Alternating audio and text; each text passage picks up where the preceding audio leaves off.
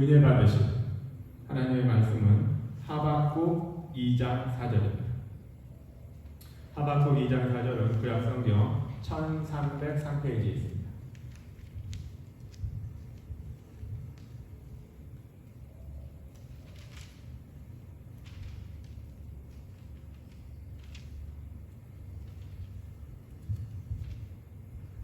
구약에 있는 말씀이라 좀 많이 접하지 못했을 터인데 매우 중요한 말씀이고 믿음을 보는데 큰 은혜가 있습니다. 자, 우리 하박국 2장 4절 우리 한 목소리로 봉독하겠습니다. 보라, 그의 마음은 교만하며 그 속에서 정직하지 못하나 의인은 그의 믿음으로 말미암아 살리라. 아멘. 할렐루야. 주께서 예수 그리스도를 구원주로 믿게 하신 모든 성도들은 이 시대의 의인인 줄 믿습니다. 의인은 어떻게 삽니까? 돈으로 사는 것 아니요, 지혜로 사는 것 아닙니다. 권력으로 사는 것 아닙니다. 오직 믿음으로 사는 은혜 있습니다. 이 은혜에 붙들리게 바랍니다. 하박국 선지자가 하나님께 간절히 기도했습니다.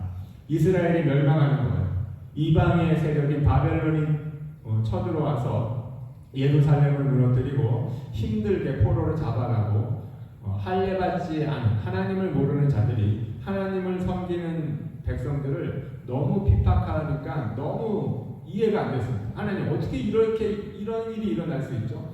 어떻게 이런 일이 일어날 수 있습니까? 하고 간절히 기도하니 여기에 대한 주님의 응답은 이거예요. 그들은 교만하다. 그들은 속에 정직함이 하나도 없지만 그러나 이렇게 어려운 환난의 때에도 믿는 자, 의인은 하나님을 아는 자는 믿음으로 산다고 주님께서 말씀하고 계십니다.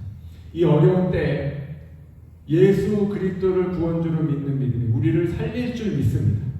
이 어려운 때에 아무 앞도 보이지 않고 절벽처럼 캄캄한 마음에 절망스러워서 어떻게 해야 될지 모르는 이때 우리가 어떻게 하면 살아갑니까? 다른 것이 아니라 주님이 주시는 믿음으로 살아날 수 있다고 성경이 말씀하시는 것. 이 코로나 시대에도 무엇을 해야 되겠고 길을 열어야 되겠고 살아날 방법을 찾아야 되겠는데 앞이 보이지 않죠. 더 캄캄하죠. 두렵고 떨려서 뒤로 물러가고 교회에 나오지 않는 분들이 너무나 많이 있는데 안 그렇습니다. 이렇게 어두울 때 앞이 보이지 않을 때 미래가 캄캄할 때 우리가 사는 방법은 예수 그리스도 주님 앞에 있는 줄 믿습니다. 이 믿음에 설 때 오히려 더 하나님의 영광이 넘치고 지혜와 능력이 넘칩니다.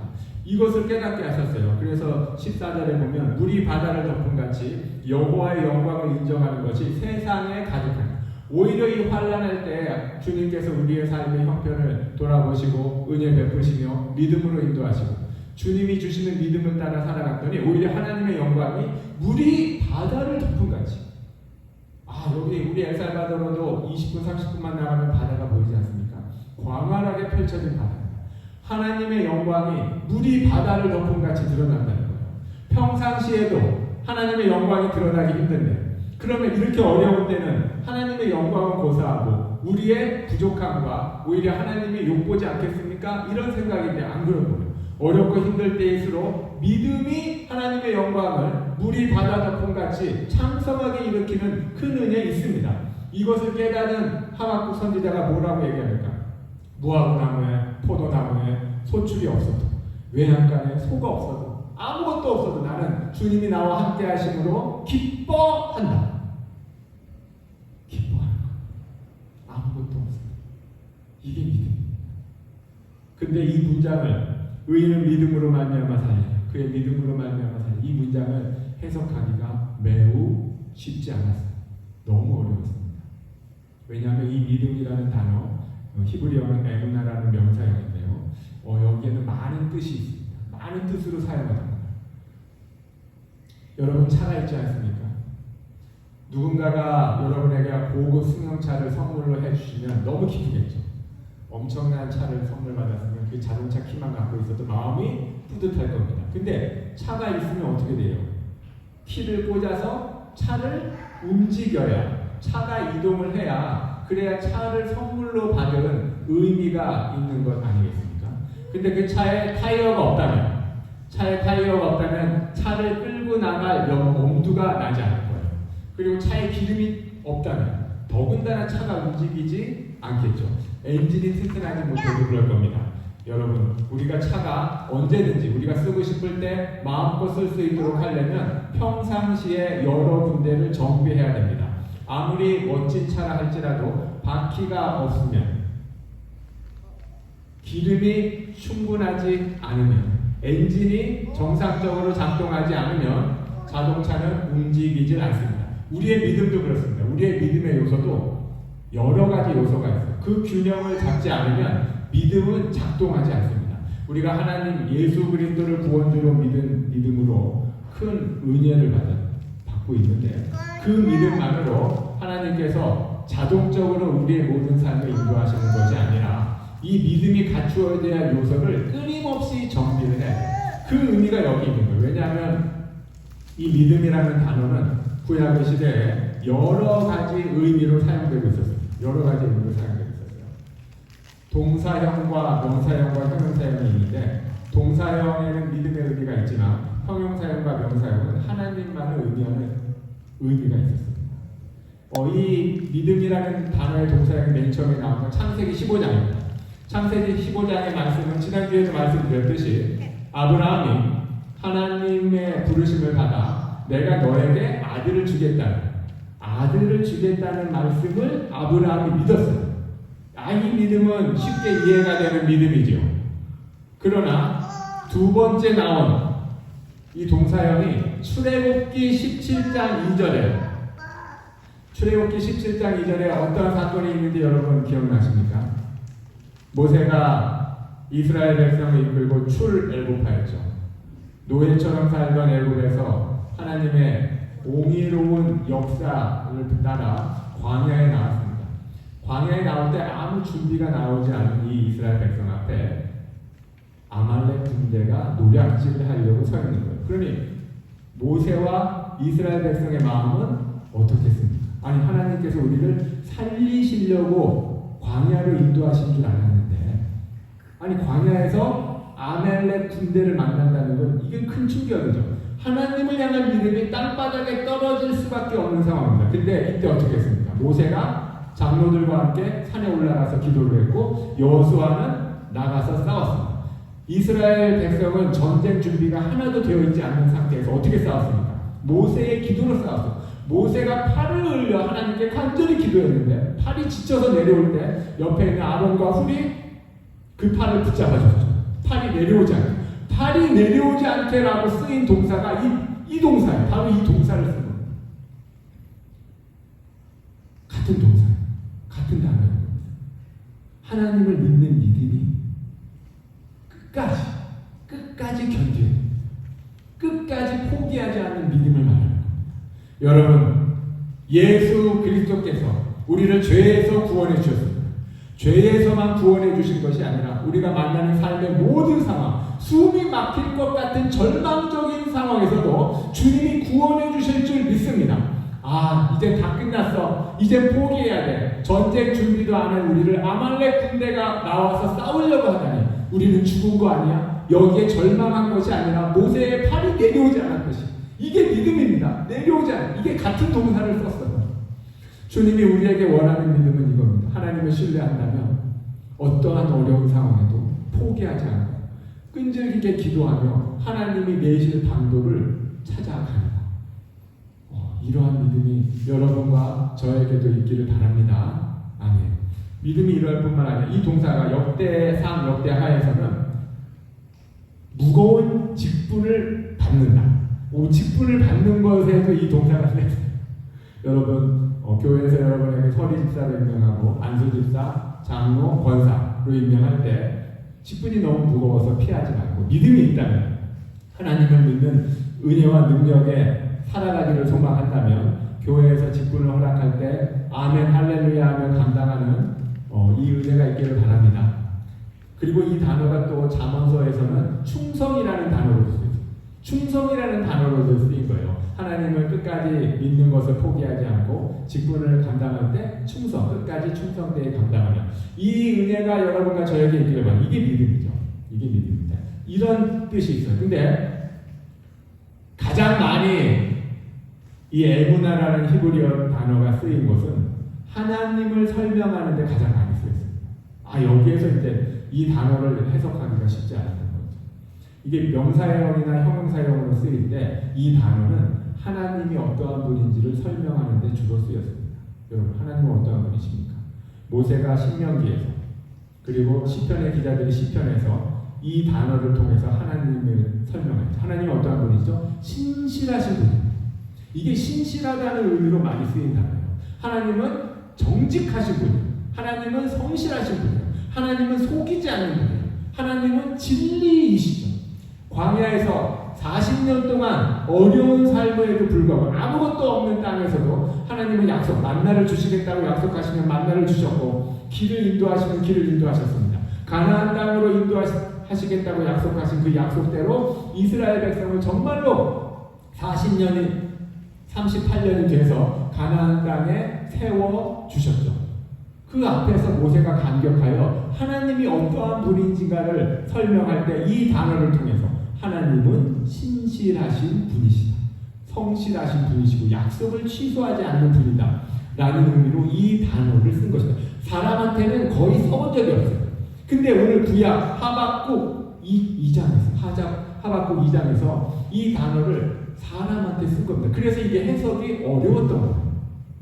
그러니까 이걸 곰곰이 생각해 보세요. 우리가 하나님을 믿음으로 하나님이 우리를 구해 주셨다는 것이 아니라 변함이 없는 하나님, 약속을 지키시는 하나님, 충성되이 감당하시는 주님, 이런 하나님을 끝까지 포기하지 아니하고 믿을 때 바벨론의 침략에서도 모든 걸 빼앗겨도 절망 가운데에서도 오히려 하나님의 영광이 넘치고 믿음이 넘치는 은혜의 삶이 우리에게 있음을 주님이 인도하신다. 이 은혜로 의인은 산다는 것이 바로 하박국 선지자의 성령의 감동으로 선포한 말씀이죠. 이 말씀입니다. 우리가 예수 그리스도를 구원주로 믿었기 때문에 그 믿음을 주님께서 허락하시고 그 믿음에 주님이 약점을 잡혀서 우리의 삶을 도와주는 게 아니라 하나님은 신실하신 분. 창세전에 누구를 선택했는지 이미 다 선택해 주셨어요. 이미 선택한 자를 취소하지 아니하시고 진실하시고 성실하시고 신실하신 분이기 때문에 그에게 있는 약속을 이루시기 위하여 예수를 믿게 한 거죠. 우리가 예수님을 믿었기 때문에 구원받은 게 아니라 이미 하나님이 선택을 했기 때문에 예수님을 믿게 한 거예요. 이게 성경의 말씀입니다. 이것을 신약 성경은 헬라어로 되어 있죠. 이 에무나라는 단어를 신약 성경에서는 피스티스, 신뢰한다는 단어로 바꿔서 번역을 했습니다. 그리고 이 문장을 무려 성경 세 군데에서 인용을 했어요. 히브리서 10장 38절에서도 의인은 그의 믿음으로 말미암아 살리라. 그리고 로마서 1장 17절에서도 인용을 했고요. 지난번에 말씀의 은혜를 나눴던 갈라디아서에서도 갈라디아 3장 11절에서도 의인은 믿음으로 살 것을 인용을 했죠. 이 문장을 그대로 인용했어요. 그래서 이 세 군데에서 믿음이 무엇인가를 설명하고 있습니다. 여러분, 믿음은 균형을 이루어야 해요. 이 단어가 갖고 있던 모든 의미가 균형을 이루어야 돼요. 그래서 로마서에서도 사도 바울이 의인은 믿음으로 산다. 그럼 어떻게 사는 거예요? 복음에 하나님께서 자기 백성을 구원하는 구원의 의가 담겨 있는데 이 구원의 의를 깨닫는 자가 의인이라는 거예요. 그래서 로마서에서는 1장에서부터 11장까지 성경에 담겨 있는 아브라함부터 시작해서 주님께서 어떻게 구원의 은혜를 베푸셨는지를 1장에서 11장까지 선포를 하셨고요. 이 구원의 의미를 깨달은 자는 어떻게 살아야 되는가? 성령의 감동을 따라 13장에서 16장까지 실천적인 창목을 계속 말씀하고 있습니다. 하나님 앞에 우리는 거룩한 산 제사를 드려야 되는 거예요. 하나님 앞에 산 제사를 드려야 돼요. 누구를 미워하거나 시기하거나 절망하거나 수근수근대거나 비방하거나 이렇게 하지 말고 도적질하거나 간음하거나 살인하는 악한 영에 붙들리지 아니하고 깨어서 기도하면서 하나님께서 맡겨주신 사명을 성실히 감당하며 주의 영광을 위하여 쉼없이 살아야 될 것을 이게 로마서에서 말씀한 거죠. 이러한 믿음의 본보기, 히브리서는 무엇을 얘기합니까? 이러한 믿음의 본보기를 누가 하는 거예요? 예수 그리스도께서. 예수 그리스도께서 이 믿음의 본보기를 보여주셨기 때문에 예수님은 천사보다도 귀하고 대제사장보다 존귀하신 분이며 레위인보다 뛰어난 분, 모세와 여호수아보다도 뛰어난 분이십니다.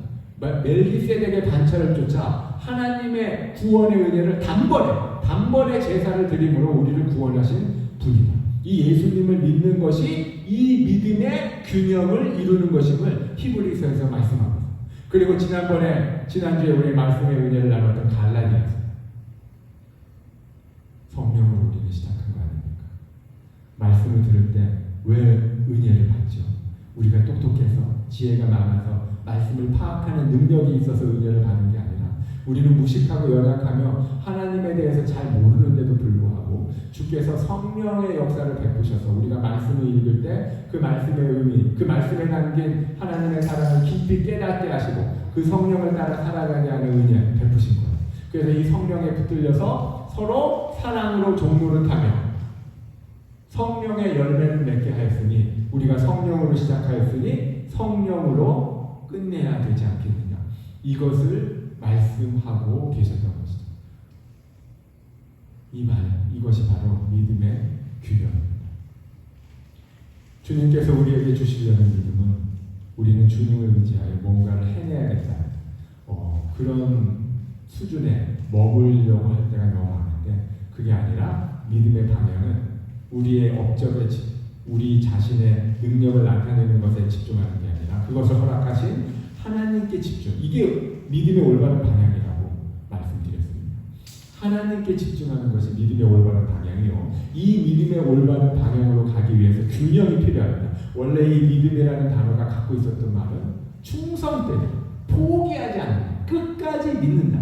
그리고 성실하고 진실하고 분노하지 않으며 지혜롭게 사는 이 말씀을 하고 있는 거예요. 결국 믿는 자는 이 믿음을 주신 거룩하신 하나님을 닮아가요. 이게 원래 하나님을 설명하는 단어였거든요. 이 믿음이라는 단어가 하나님을 설명하는 단어예요. 그러니 이 믿음을 갖고 있는 자는 하나님을 닮아가는 믿음을 가질 수밖에 없는 것입니다. 여러분, 어느 위치에 있든지 성실하시길 바랍니다. 어떻게 있든지 사랑을 나타내는 자가 되길 바랍니다. 약속한 것이 있으면 끝까지 지키는 자가 되기를 바랍니다.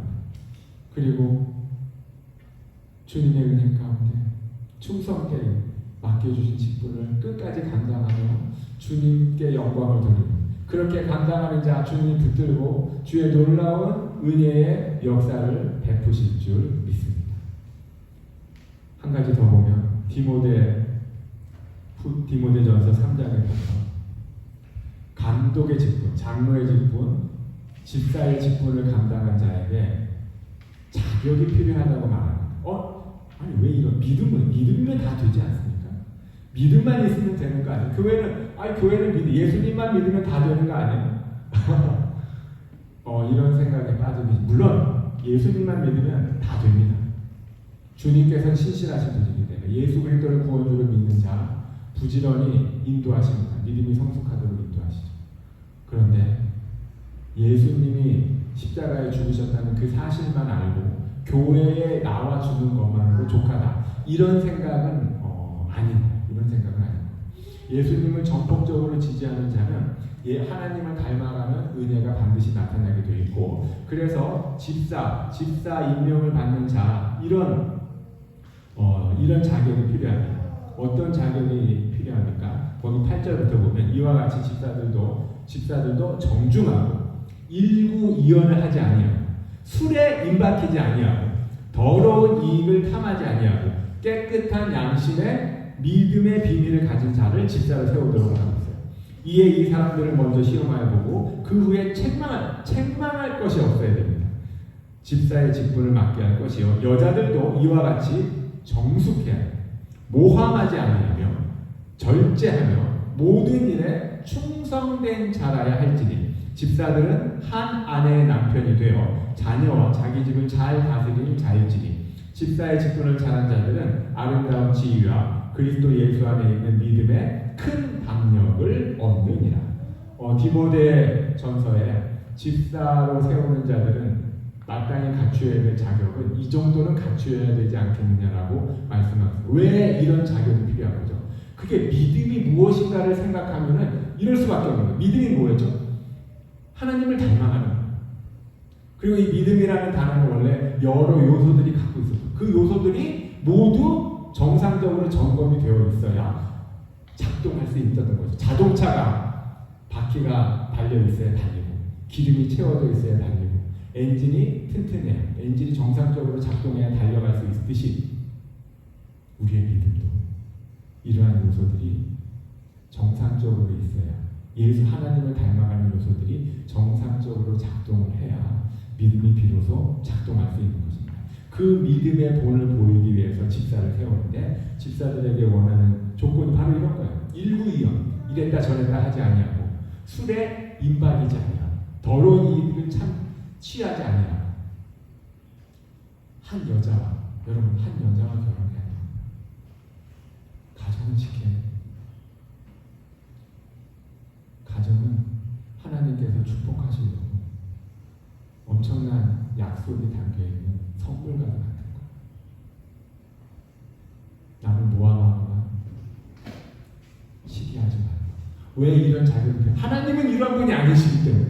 하나님은 우리가 믿음이라는 단어의 원뜻이 하나님을 설명하는 단어였는데, 그 믿음이라는 하나님을 설명하는 단어를 우리에게 요구하셨어요. 이 믿음을 가지라. 결국 그것은 우리도 하나님을 닮아가는, 이게 하나님의 뜻인 것이죠. 그러니까 여러분, 예수 그리스도를 구원주로 믿는 믿음, 내가 교회에 나와주는 것만으로 믿음의 본분을 다 했다고 생각하면 이것은 하나님이 원하는 믿음이 아닌 게 거의 확실합니다.